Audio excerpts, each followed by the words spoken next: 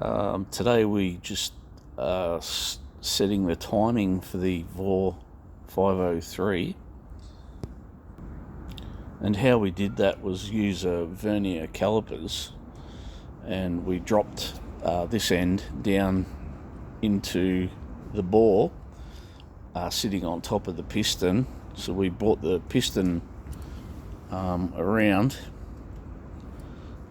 to the bottom of the stroke, and then rested the top of the caliper onto that bracket there, and brought the piston around to top dead center. We can find top dead center easily enough anyway, because there's a red mark right there and a red mark right in here, just there.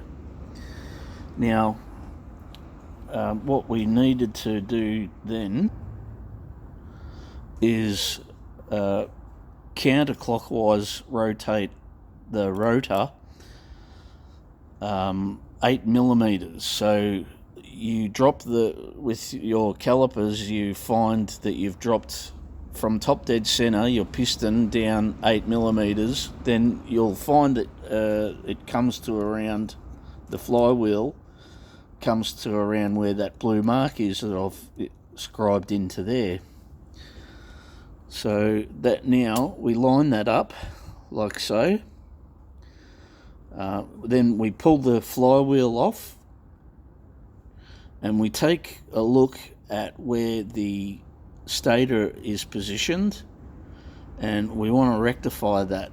So how we do that, there's a little tiny hole at the bottom here, just right there, and you stick a little nail of some sort through there, and on the stator there's a little slot that the nail needs to slot into. Once you've done that, you'll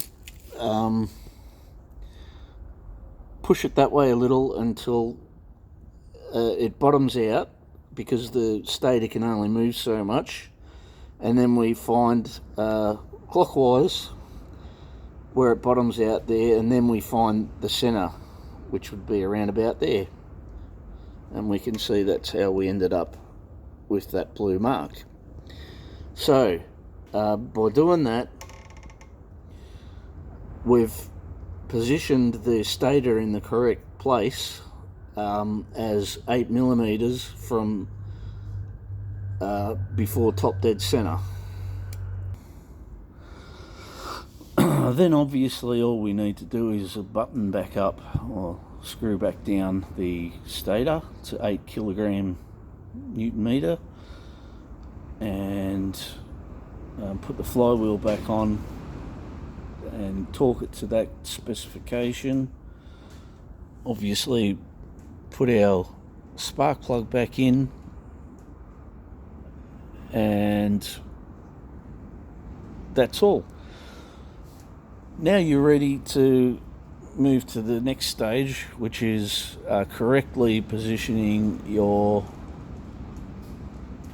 valves, shims, sizing, and that will be in another video for you to watch. So there we have it in English now, instead of broken translation from an Italian author, which I couldn't understand in the book. So there we go. When there's a few things that I've found in that book. It's actually online. You just go to Facebook page, and there's a VOR page there, a VOR page,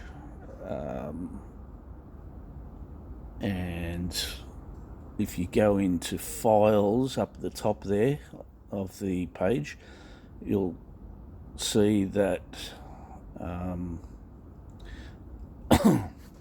the workshop manual is in there, and just behind here right? Because you're going to dump the oil once you do something like this and change the valves.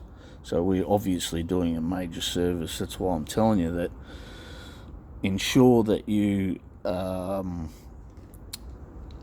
take the filter out of here and replace it or clean it, and make sure that it has free flow. Don't skim, you know. If you're unsure, then just go and buy a new one. So again, like I said, we'll be making another video about valve adjustments, and that will be in the next video. Thanks.